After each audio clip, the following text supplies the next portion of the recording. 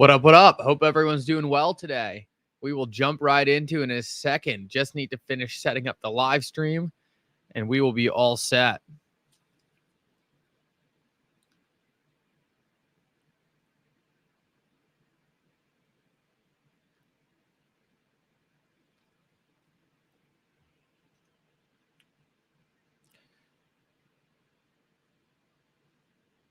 Stream's a little later than usual. I know a lot of people are probably going to be caught a little off guard here, but hopefully no one's too thrown off here. It looks like people are funneling in. Awesome. Already 91 in. Yeah, now we're definitely Harbinger. Now we're definitely late. This is the first time we've really been late. I just had some issues going on earlier today with setting up the stream. Another thing kind of came in, got in the middle of it. Flair, Kim, good to see you, brother. Great to see you, man. Always love to see you here. Ed, what up, what up? Crypto Clay, better time for you. Awesome. Looks like it may be a better time for a lot of people. The chat is filling up quickly, which is incredible. Love to see that. Hope everyone's doing well. Definitely some exciting news I want to get into today. The first one being that the money printers are back on. So I want to break down this for you guys, and then we'll really get into the intricacies of what's happening. But, I mean, it really looks like the money printers are being turned back on, which is in response to the global meltdown we saw the other day. I said that it was very likely that the events yesterday were likely going to push us into a point where the Federal Reserve was going to have to take action. It looks like it wasn't the Federal Reserve yet. It was the Treasury. We'll go over exactly what the Treasury is doing to support the markets. But I think it's fairly obvious that the government was forced to respond because of what happened to the market. We're going to talk about exactly what that response is. Let me just pull up my screen real quick.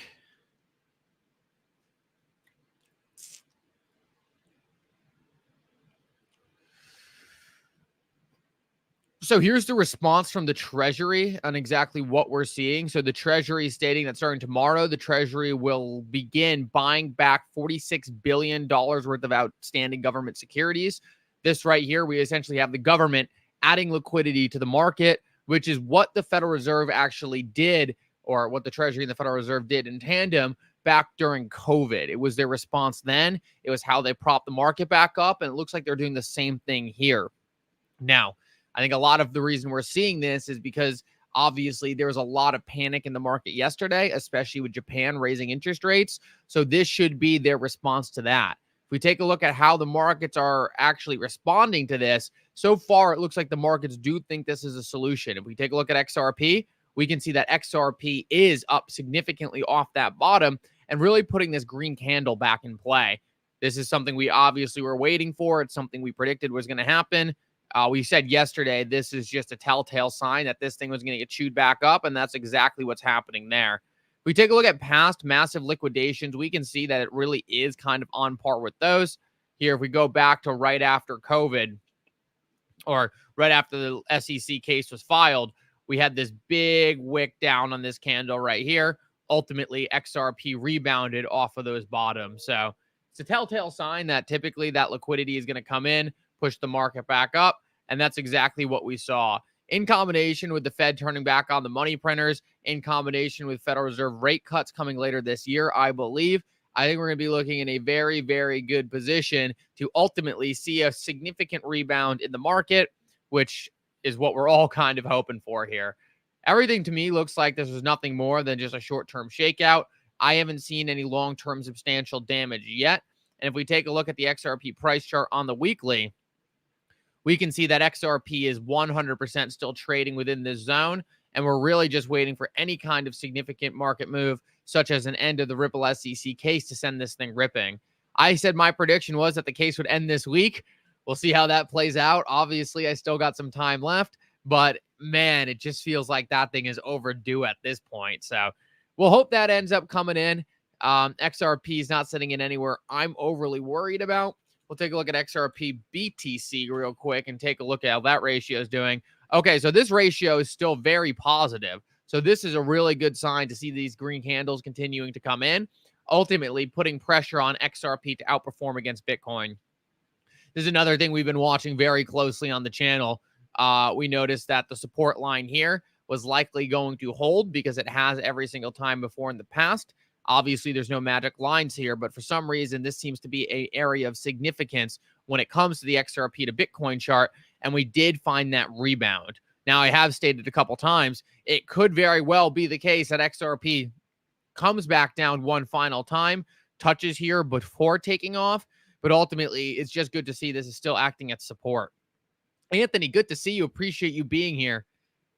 Glad to have you. And also, guys, if you're watching the stream right now, make sure to drop a like on the stream. It's nice to know that it looks like this is still a good time for people. I was worried everyone wouldn't be able to get back to it, but it looks like this is still a pretty good time for people. People are showing up, which is awesome. Let's see what we got. Dave Nelson, good to see you. Crypto Clay.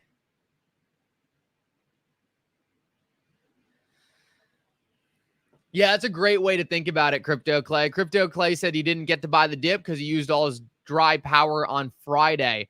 But it's important to know, right? Like, you know, the difference in that Friday to that bottom move was relatively insignificant. Obviously, if you caught the bottom here, a great opportunity, a great buy. No one's taking away from that.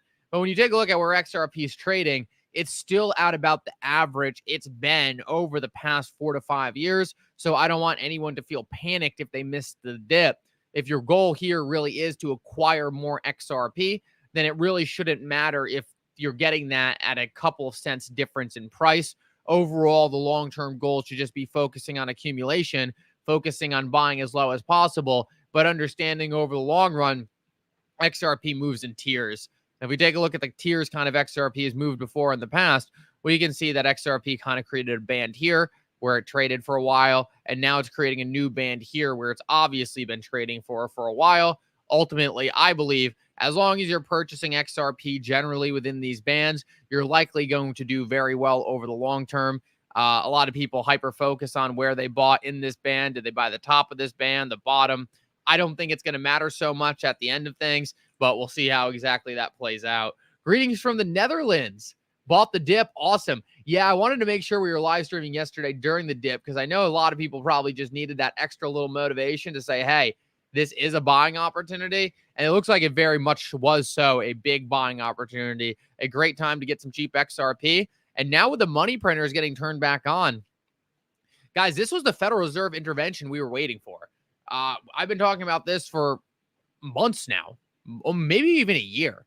Maybe even a year talking about this Federal Reserve intervention, and we're finally seeing it take place, which is absolutely awesome. Best soccer player, Torres. Well, we want to see Judge Torres come in and make a decision in the case. Hopefully she has good soccer skills as well, but I really want to see her come in and put an end to this case and see what happens on the other side. Speaking on what happens on the other side, I wanted to share this with you guys. This was shared to me by Taylor, actually. And what it is a Morgan Stanley document talking about using Ripple and XRP for cross-border payments alongside SWIFT. This is an older document. It's from 2016. But it's one of those things I look at and say, okay, if Morgan Stanley had these plans in the early days to start utilizing Ripple for cross-border payments, see right here, SWIFT and Ripple are both leading interesting suggestions for international payments. It's a funny way of putting it, both leading interesting suggestions. Obviously, if that's taking place already in 2016, there's no doubt in my mind that these large institutions, these large banks have had their eye on this market for a very long time, and they're really just waiting for the ideal time to really step in and really be able to take full advantage of what's going on in the market. So it shows once again that these institutions are all over this. They are waiting to step in. They're waiting to get involved.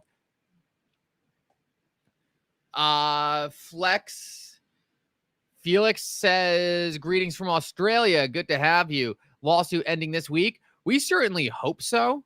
We certainly hope the lawsuit's ending this week, but we don't have any special information. It's my prediction that we might see it, but we'll see. Daniel Ranger, good to see you, brother. Great to have you. I have bought so many dips in the last 6 months. You would think I would be In the positive are rich, the morals keep buying hold. In Mickle we trust. Just saying. Daniel, thank you so much for the donation. Brad, what up, brother? Good to see you. Daniel, thank you so much for the $20. But we got to give Brad a special shout out. For those of you guys who don't know, Brad actually sent me this microphone I'm using right now. My favorite microphone I've ever used 10 times over. Brad, I appreciate you so much for that. This is an amazing setup. And just so happens that ever since we did get the new microphone from the channel, there has not been a single audio issue here. So really appreciate you, brother. That was extremely generous. And I think everyone in the stream is thankful that there was a big upgrade in audio. So guys, thank you so much to Brad. Absolutely incredible. And for him to go out of his way to do something like that just really shows how close and how tight-knit this community really is. Thank you so much, brother. Yeah, no, loading up on the dips. And this dip was big because I had to buy a couple different things. I averaged into, I got into Tesla as well. Whenever I can buy Tesla under $200 right now, that's an opportunity I'm always looking to take. The other day, Tesla got down pretty low. It gapped all the way down to 180. I think I got some at the 190 mark. So I was pretty happy to add to some of my Tesla bags. I know not everyone's here for the equity market, but Tesla does something very similar to XRP. It kind of goes on these long stretches of nothingness and then goes on its parabolic movement. I think we're probably on a long stretch of nothing for Tesla here, probably for a couple more years. It chops up on here, ultimately before getting that next leg of momentum to the upside. As long as the fundamentals keep improving in the same exact way where a lot of people are saying, oh, all this good stuff is happening for Tesla, why isn't the price going up? In that same exact way, we're still looking to see the same exact thing from the equity market, things like Tesla. And then another one I'm very excited about, as many of you probably know, is Palantir. This one's a little harder to judge, very early days, but I was able to scoop up some Palantir yesterday, probably in the $24 region, which was awesome. Strong Mountain, good to see you. Abs, good to see you, brother. Abs, I think I'm supposed to come on Good Morning Crypto at some point this week. Make sure I get that invite. Would love to come on. Davey Boy, I believe there's nothing to fear with XRP dipping. Once XRP to SEC lawsuit ends, we will see XRP shoot to Mars. Keep on buying the dips. That is awesome. Thank you so much for the donation, brother. Really appreciate the support. You guys are absolutely incredible. And I completely agree. Look, I've seen too much at this point to not think there aren't significant things going on behind the scenes in terms of these institutions' initial onboarding into the XRP ecosystem. It's suspicious to me that they all got started in 2016. Suddenly, out of nowhere, they all backed off. Now they're all suddenly stepping back in. To me, it just seems like they probably would have been watching this stuff for a while, and now they're really stepping in now that this case is finishing up. Coach JV commented yesterday on JP Morgan using XRP for payments. Yeah, no shot at Coach JV, but I think that was fake. Would love to see something else. Taylor, good to see you. Yeah, we just talked about that, but I'll bring it back up because you were the one who got me the information. We were just taking a look at that report you sent over. It's good to see you talking about specifically Morgan Stanley watching Ripple, or specifically, we'll keep a close watch on Ripple and its cross-border payments offering, which look to bridge faster domestic payment systems between countries. So between countries, that's an obvious ODL reference, using XRP as that bridge currency. It's interesting, too, because Daniel also shared some interesting information about the early days of Amex also looking to integrate with Ripple and XRP. So constantly we're seeing more and more solutions coming in to the traditional financial system. Back in the day, it seemed like a lot of these efforts were thwarted by the Ripple SEC case, specifically by the SEC trying to slow down progress. But it seems like to me that all of this adoption is going to be poised to really ramp back up once this case is over. So that's one of the reasons I am so excited to see this case ultimately wrap up.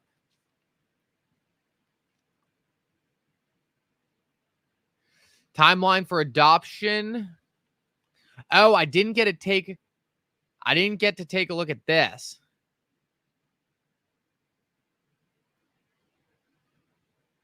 Oh, very interesting. Okay, so it kind of puts us right now where we're kind of at the stages where we would be looking more assets move onto blockchains as efficiency prove out.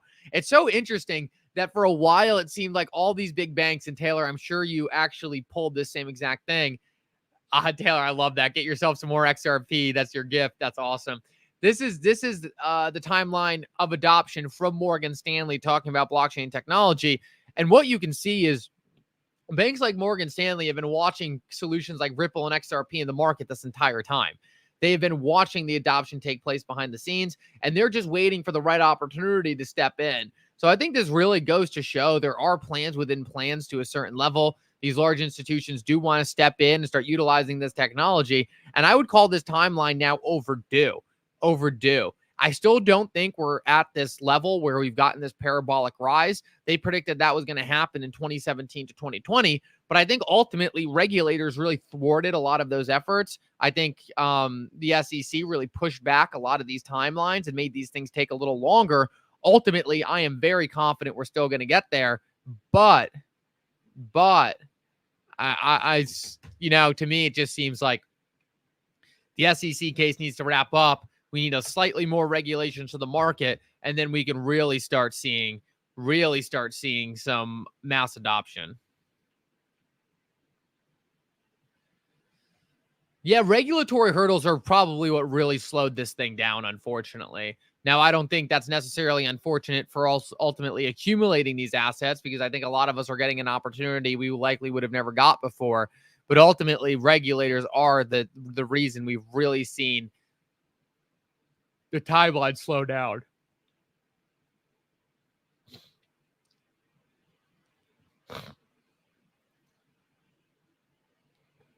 What's up with the report on developers on the XRP ledger? Haven't seen it yet. I would love to take a look.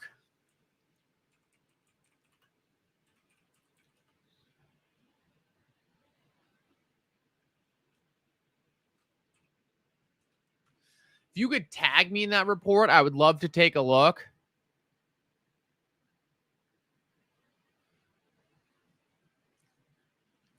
My problem with a lot of the reports breaking down developers is I find a lot of them aren't necessarily correct.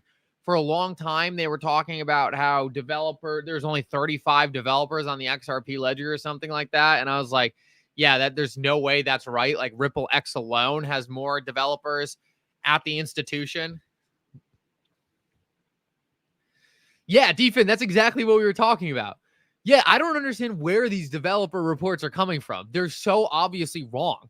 I could probably name 36 developers off the top of my head building on the XRP ledger. I'm sure XP Market has at least 10 to 15. So, like, I don't understand where all of these reports come from in terms of developers on the XRP ledger, but I think a lot of them are skewed wrong. And for some reason, the XRP community, certain members of the XRP community, really pick up on these reports and try to act like there's a problem with the ecosystem in terms of developers. I definitely think more developers are always good.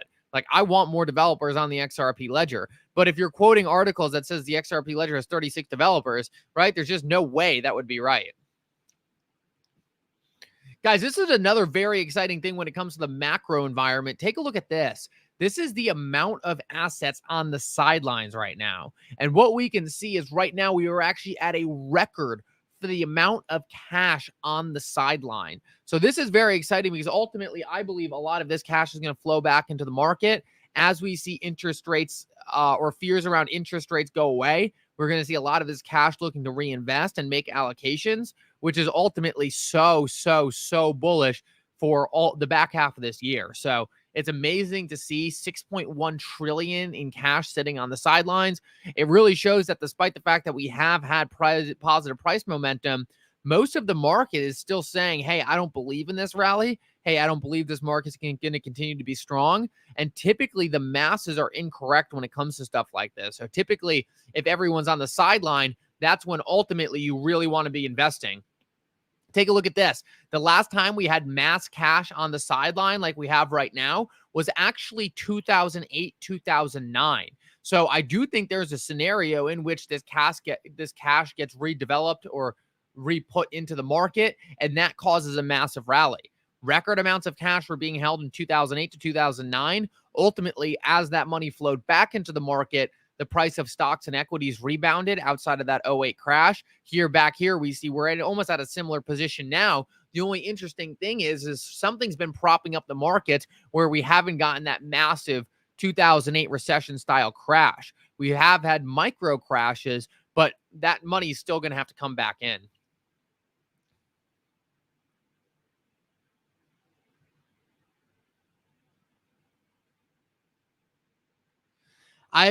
Very interesting, Taylor. This is incredible insight. Love this stuff. Love this stuff. Taylor said, I have a friend who could have had a job with Ripple X, went a different direction, but his previous coworker who does work at Ripple says they are bullish as blank over there. That's awesome. That's good to hear. That's good to hear.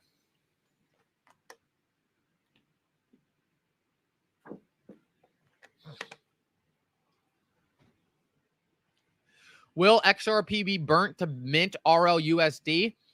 There might be some small amount of XRP burnt to mint RLUSD. I don't think anything significant. I think over the long run, RLUSD will be backed by XRP at some level. I also know that every single time RLUSD is moved from one place to another, that will incur some kind of transaction fee on the XRP Ledger network. So these are all things that are actively in place.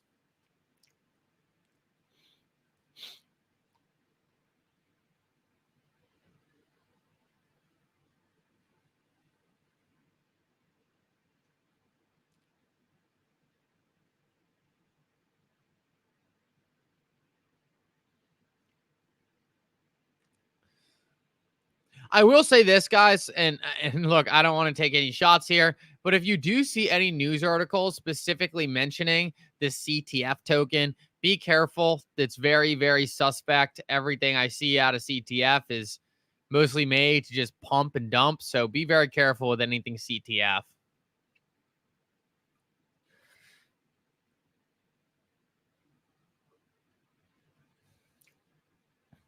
This is interesting too. I think this is actually bullish for the cryptocurrency market. Kamala Harris picking this guy as her VP. From what I understand, this guy was probably the wrong choice for VP. So it's nice to see that because I think this gives Trump a better chance of winning. Guys, we have an incredible amount of people watching right now. We have 437 people already. That is absolutely incredible. I want to start off and just say a massive thank you to everyone coming to join. If this is your first time watching the channel, would love to have you here more often. Make sure to drop a like on the stream. Make sure to subscribe. Both of these things are really going to help the channel out. And we only have 171 likes on the channel so far. I mean, on the stream so far, over 400 people sitting in here. So make sure to take a second and drop that like and drop that subscribe to make sure you don't miss out on any content. Last time Kamal and Tim Walz teamed up, oh, yeah, that is true.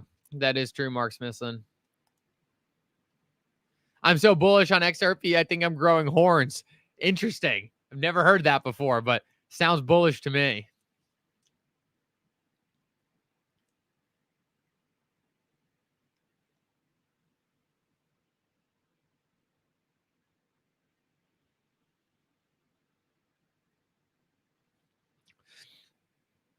All right, guys, I'm going to go over to members only for a little bit. Make sure those members have a chance to get any questions in. If you do want to be a member, would love to have you over there. So incredible to be able to give people a special chance to get some Q&A in. So thank you to all the members. And I just want to take a second to give you guys some Q&A, give you some time to answer some questions as we continue to look through the rest of the market.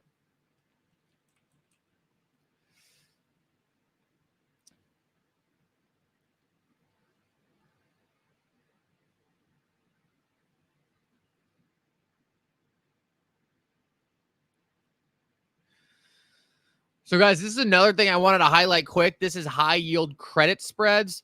This is ultimately something that would indicate some kind of massive event coming to the market, some kind of credit event. Obviously, the last time we saw something like this happen was kind of when we saw the big dip in 2022. It looks like we are getting some pressure from these credit spreads. This would mean that typically there could be an event around the corner, but I think hopefully the printing is enough to put most of these fears away. If we take a look at what's been going on with things like the VIX recently, the VIX has been significant. Oh, wow. Wow. I didn't even know it was this significant. This is incredible. Crypto Clay, thank you so much, man. Thank you so much for that donation, brother. Really, really appreciate that. Love coming here each and every day. Love talking with you guys. Love working with you guys. So, guys, thank you so much. Where you can become a member, I think down in the description of the video, there's a place for you to become a member. So, thank you. Crypto Clay, man, I love being here and talking with you guys. So appreciate you guys. So guys, as you can see, this chart was posted the other day, and it did show that breakout in the credit, which ultimately could cause a credit event. That's what we saw in 2008. That's what we saw during COVID. It's usually the thing that really cripples markets. But if we take a look at what's happening on the VIX right now, we can see that volatility in the market, or fears around ultimately the market going lower, are down pretty much 37%. We see essentially it really retracing back down from these highs and coming back to normal. And this is really indicative of a lot of major events we see. We see this huge spike up only to come flying back down and go back to essentially normal. We're almost seeing that same exact thing play out right now. And this Google chart's not really updating accordingly.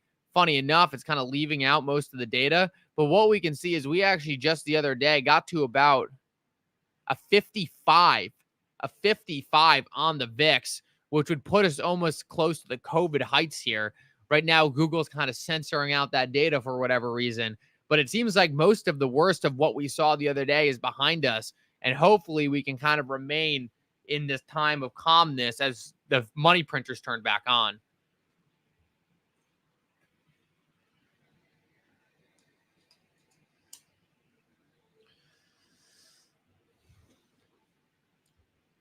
Mickle, do you think there's still fallout from the yen carry trade yet to be revealed?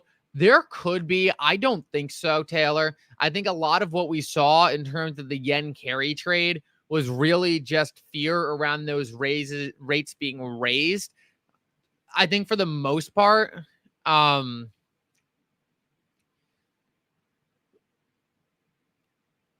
yeah, it is crazy. I think for the most part, as long as Japan doesn't keep raising rates, we'll be okay there. That's what I think.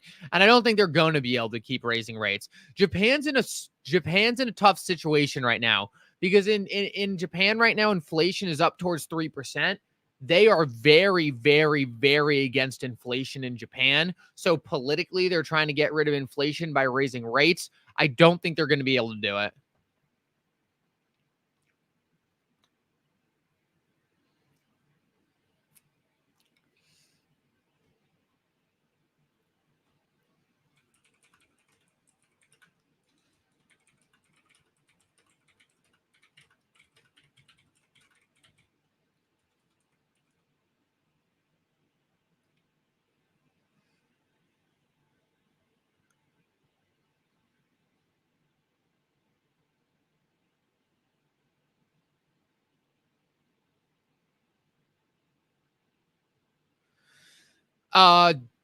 Roger says, Mickle, doesn't it hurt the yen when we raise rates? It's very complex to answer any kind of question like that straightforward.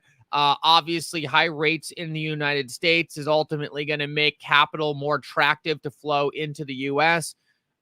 This can lead to essentially a demand for dollars, which can strengthen the dollar against the yen. So that's obviously one thing that isn't good for the yen. A strong dollar means it takes more yen to buy the same amount of dollars. This is something we know. Ultimately, I think high interest rates would have a negative impact likely on the yen, but every scenario is just so different.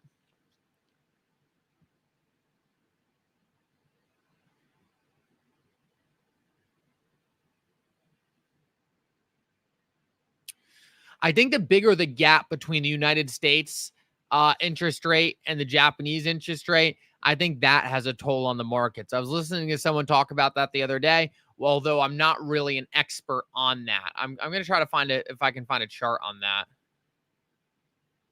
Japan holds a bunch of U.S. debt too. Sticky situation. Yeah, so that's definitely one of the bigger issues there. A lot of the issues are around refinancing or the debt because no one wants to refinance the U.S. debt at a higher number. It's like, why would you want to refinance your mortgage at a higher percentage? You wouldn't want to. So a lot of people are talking, hey, is the United States going to ultimately lower interest rates in order to make it easier to refinance that debt? Yeah, no, Jake is great when it comes down to that stuff, and Jake taught me a lot when it comes to the carry rate and stuff like that. It is so intricate, it's so complex. I'm sure if I took the time to really put some deep thought behind it, I'm sure I could come up with some great, very good answers behind that, and I definitely will look to maybe my video tonight. I'll really break that down some more, depending on what happens in the market. But for the most part, it seems like most of those fears have subsided a decent amount.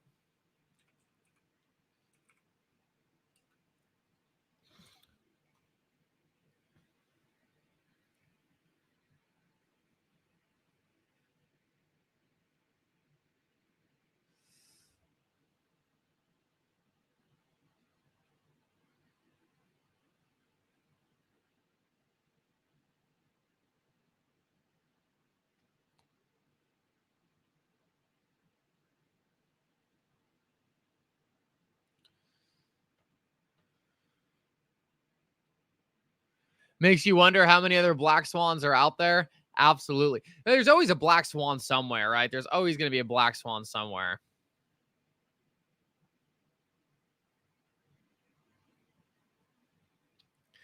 Floor, our minimum's 100K invested in cryptocurrency. And I know that number sounds really high, but I think a lot of people are going to get there in the future.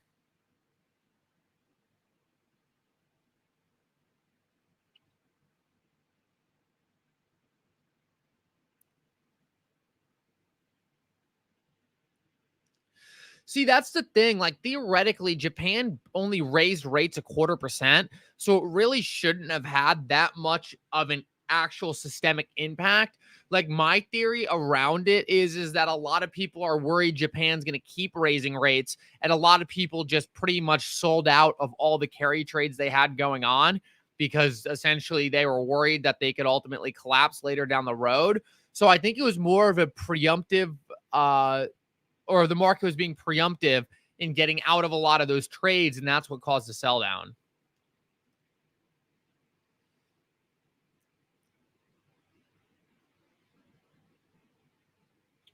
Yeah, and then it got exasperated by a lot of people selling into the fear. But ultimately, it doesn't seem to me like there's anything actually exploding. It seems more like people are trying to make sure that their trades didn't explode. And that's why we saw a lot of people kind of selling out of their current positions that involved that carry trade.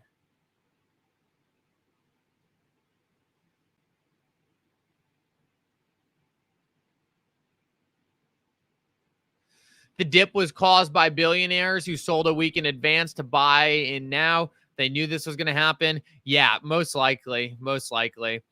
You saw a lot of people like Warren Buffett really take advantage of it. But also, if you take a look at the Nikkei, which is a Japan index, I mean, it's up massively today. Hold on. Let me pull this up for you guys.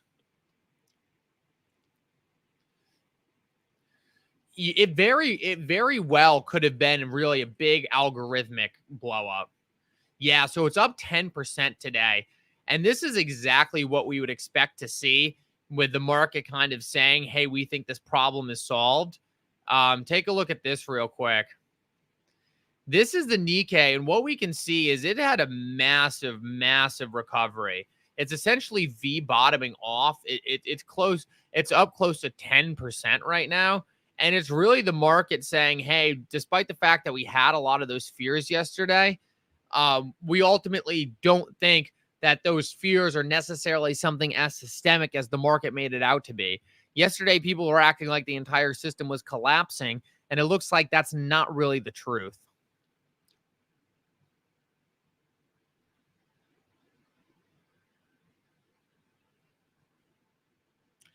It also, yeah, you're right. That's great, Taylor. It doesn't help that BTC and cryptos are kind of the first source of liquidity people can exit if they do see fear. So cryptocurrencies are also susceptible to selling, especially in overnight hours, because they're the first thing people can get access to for liquidity.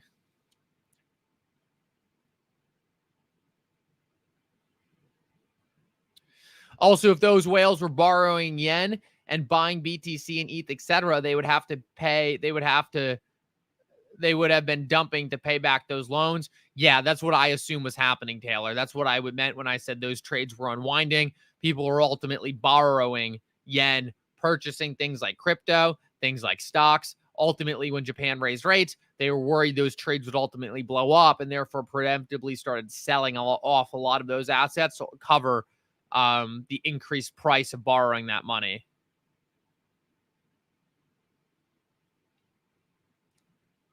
I think a lot of it too was what happened was a lot of those firms also used algorithms where if Japan did raise rates, they would ultimately blow up the trade or sell out of the trade. And I think that just cascaded on itself pretty quickly. How about Robinhood not letting people trade? What's up with that? Did anyone actually experience that? Because I saw a lot of reports around that people are having trouble, but it also seemed like a lot of people weren't having any trouble. So obviously not a great look for Robinhood, but I don't know how long that issue is actually outstanding. Seemed like a shorter term thing to me based on what I saw.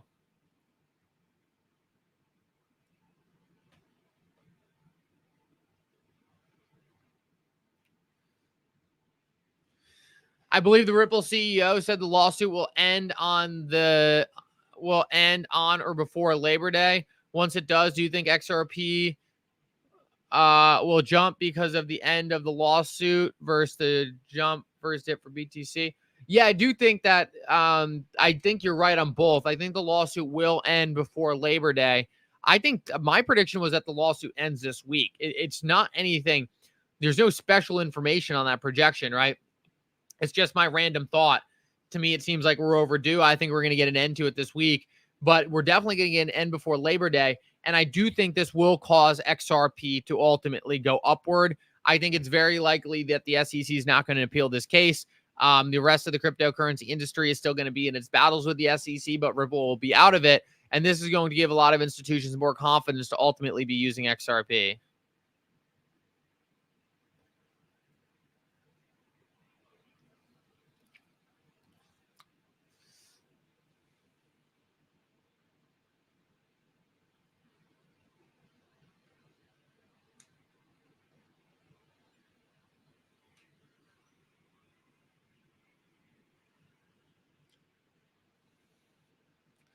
Let's see what else we got going on in the news real quick. I want to make sure I'm not missing anything.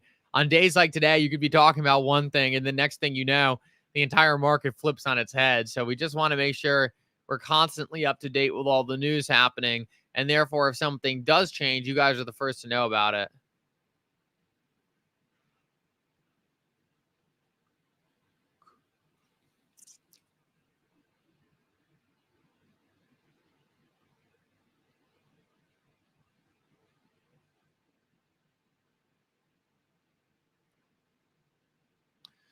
Yeah, overall, it seems like for the most part, most of those initial fears have really died down a lot, a real lot.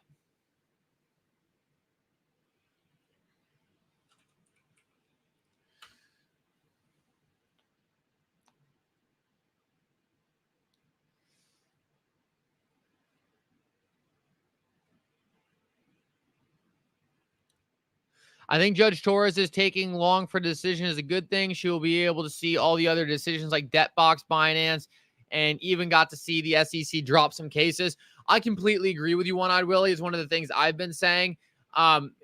When Judge Torres first came out with her ruling, she was like really the first one to actually be saying, hey, like the SEC's out of line here. And I'm sure that wasn't easy for her because it's not easy to go against a government regulator. But to now see other courts also cracking down on the SEC, I think that's going to make it a lot easier for her to justify going against the SEC.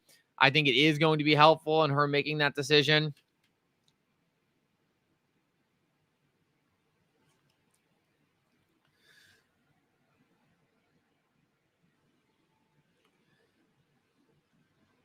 Coinbase down to 163 yesterday. Yeah, no, the market was wild yesterday. But even crazier, I thought, was the rebound. Just seeing all of that liquidity rushing back in to buy the dip. To me, that's such a great sign. I guys, like when things are bad, and when I'm not confident we're going to see a rebound, the candles look like this, right? The candles look like this. they just constantly get filled, and the whole candle body is pretty much filled, just encompassing the entire thing. A much better scenario to be in is something like this, where we've almost actually, and I think we could, this might end up being a green weekly candle, which would be wild.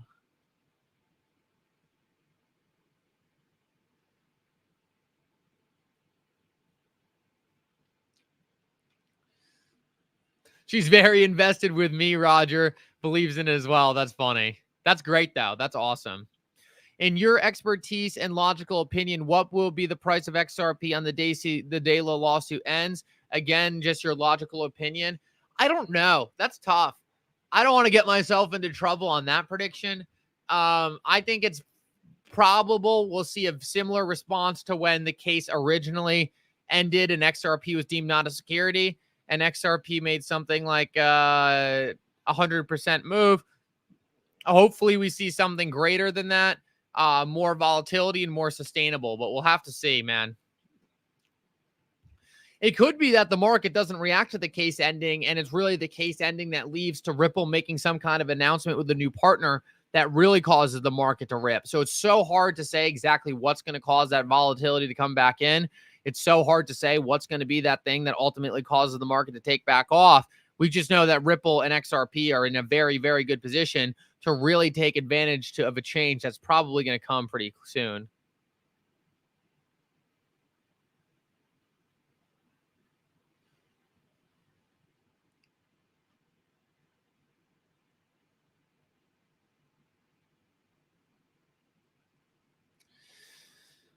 Yeah, I know I can't get in trouble for my prediction, but I don't know. I don't really like making predictions on stuff that I don't really have any good reason for that prediction. I guess I did the same thing for when the case is going to end. All right, so my random prediction would be that we break $1 when the case ends. So when the case ends, I'll say we're going to break $1. That will be my prediction. Don't hold me to it, though.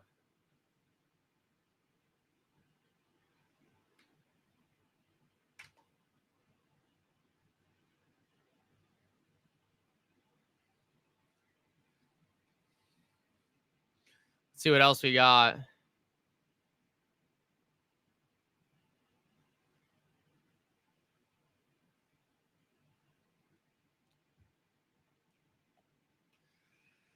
Mikkel, we all know you have a crystal ball. Share the info. Oh, man, I wish I had a crystal ball. If I had a crystal ball,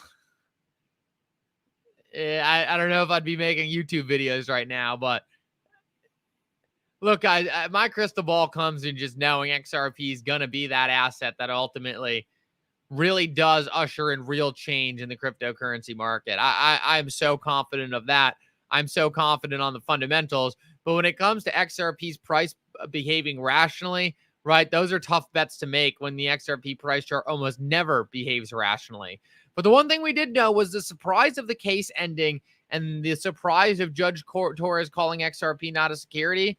That was obviously a very big moment. So I would not be surprised if a similar or even bigger announcement like the case ending also had some kind of massive announcement, some kind of massive moment of volatility where XRP really saw a lot of people pour into it.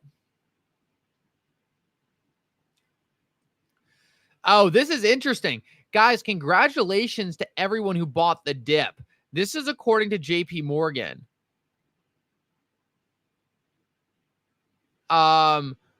During that dip the other day, close to $1 billion of aggregate selling came from retail, all while $14 billion of institutional buys came up and purchased the dip. So this is just a great indication that essentially what we saw was a retail flush out. Institutions crashed the market.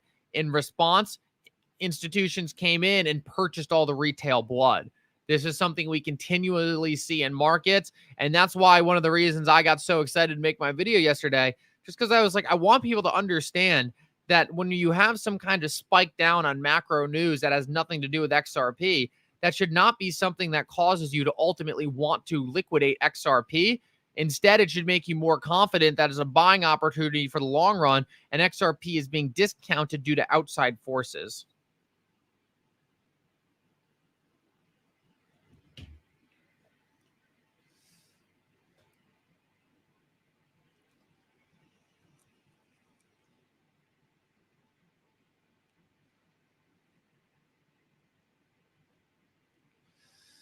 I want to say real quick, Davey Boy, thank you so much for the donation, and Anthony Fowler too. Crypto Clay, Daniel Ranger, you guys are absolutely incredible, and thank you guys so much for supporting the stream.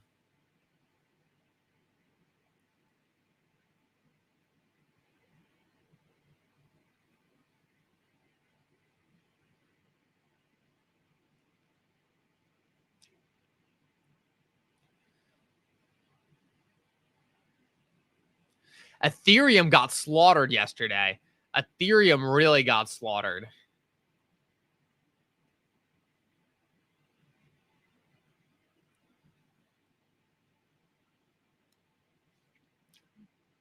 I wonder what the XRP to ETH chart looks like. That could be an interesting one.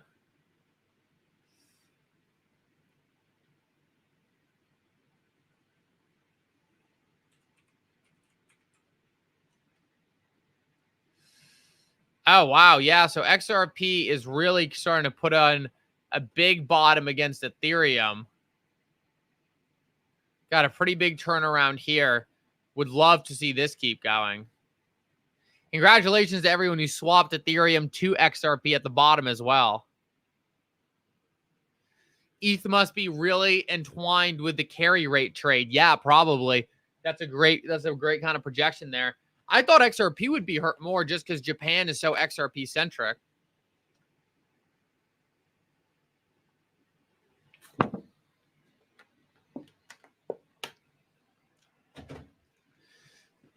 TK said, I remember when Bob Way was talking about atomic settlement.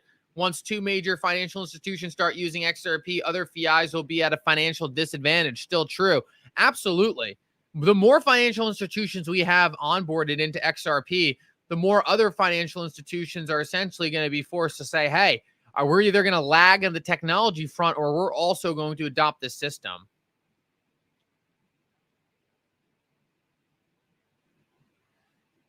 Yeah, Japanese people are buying the XRP with yen rather than lending out yen, taking loans in yen. Yeah, I don't know.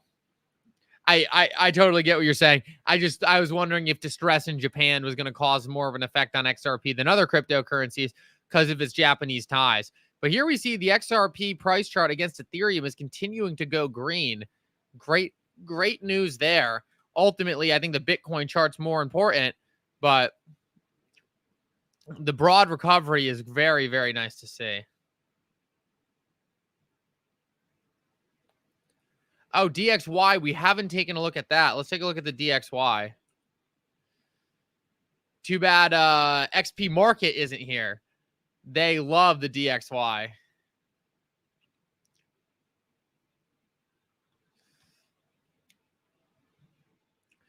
Yeah, so the dollar is making some level of a rebound. I think just as we unwind the credit event we sort of saw the other day.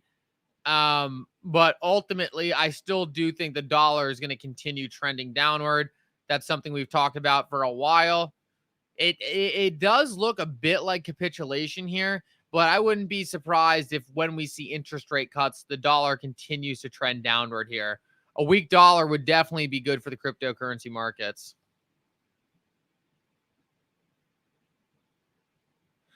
Yeah, no, XRP is held very strong, very strong.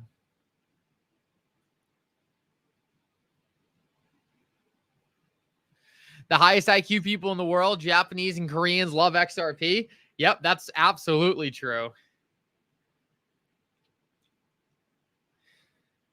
Yeah, no, some assets got clobbered. XRP held up relatively well. Actually, now that I look at this, it does look like we have some kind of level of strong support here for the dollar. So it'll be interesting to see how the dollar reacts from here going forward. I would imagine if the dollar can break this level, it could really get moving to lower levels.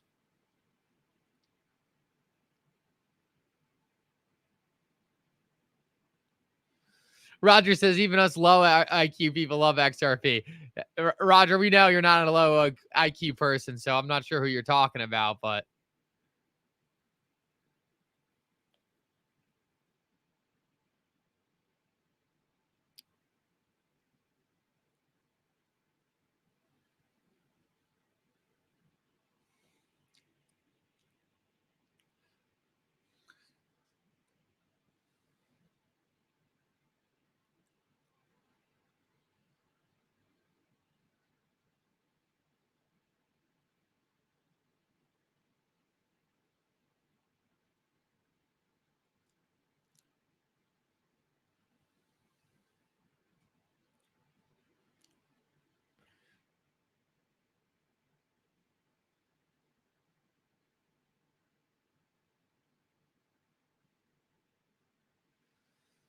All right, guys, to me, it looks like most of it has been covered. Guys, thank you so much for coming today. If you're new here, would really appreciate you subscribing. Guys, you guys are absolutely incredible. And I'll do a video later today breaking down a lot of the stuff in terms of the carry trade and how it's going to impact the markets going forward. I know there's a lot of questions around that. If any other news comes out, we'll cover it. And hopefully we see a ruling at some point this week, really breaking down or really finishing off the Ripple SEC case. Guys, thank you so much for coming. You guys are all incredible. And for now, Mikkel out.